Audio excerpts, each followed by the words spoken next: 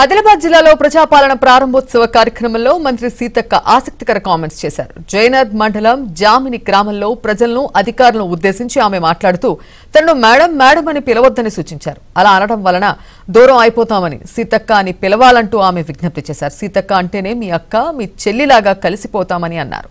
పదవులు శాశ్వతం కాదని, విలువలు మంచి పనులే శాశ్వతంగా ఉంటాయి అన్నది గుర్తుపెట్టుకోవాలని సీతక్క పిలుపునిచ్చారు. కాంగ్రెస్ పాలన అంటే గడీల పాలన కాదని, గల్లీ బిడ్డల పాలన అని, ఏ అవసరం ఉన్నా ప్రజలు స్వేచ్ఛగా చెప్పుకోవచ్చని మంత్రి సీతక్క తెలిపారు. గడీల పాలన కాదు, గల్లీ బిడ్డల పాలన కాంగ్రెస్ పాలన అంటే. కాబట్టి మీరు ఏదున్నా కూడా స్వేచ్ఛగా మాతో చెప్పుకోవచ్చు. అదే విధంగా ఇది 8 రోజులు ఉంటది.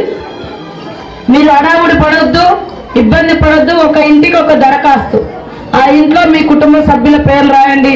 మీకు ఏమైనా డౌట్ ఉంటే అధికారులు ఉంటారు. ఇవాళ అయినే కాకుండా రేపు కూడా ఇంకెవరైనా ఉంటే రేపు కూడా తీసుకుంటారు, ఎల్లుండి కూడా తీసుకుంటారు. దరఖాస్తులు అన్ని తీసుకొని మీకు ఏ పథకానికి మీరు అర్హులో ఆ పథకం మీకు అందిస్తారు. కాబట్టి అందరూ కూడా సర్పంచ్ గారు, ఎంపీటీసీలు, జడ్పీటీసీలు, స్థానిక యువకులు, ఇక్కడటువంటి ఉద్యోగులు, ఎందుకంటే నిరక్షరాస్యత ఎక్కువ ఉంటుంది, చదువు రానటువంటి మన ఆదివాసీ జనాలు ఎక్కువ ఉంటారు, లేదా ఇతర కమ్యూనిటీలలో కూడా, దళితులలో కూడా మరి చదువు రానటువంటి పెద్దలు కూడా ఉంటారు. మారుమూల ప్రాంతాలలోనే అన్ని కులాలలో ఆ పరిస్థితి ఉంటుంది. కాబట్టి చదువుకున్న యువకులు మరి వాళ్ళ యొక్క ఫారాలు నింపండి దయచేసి.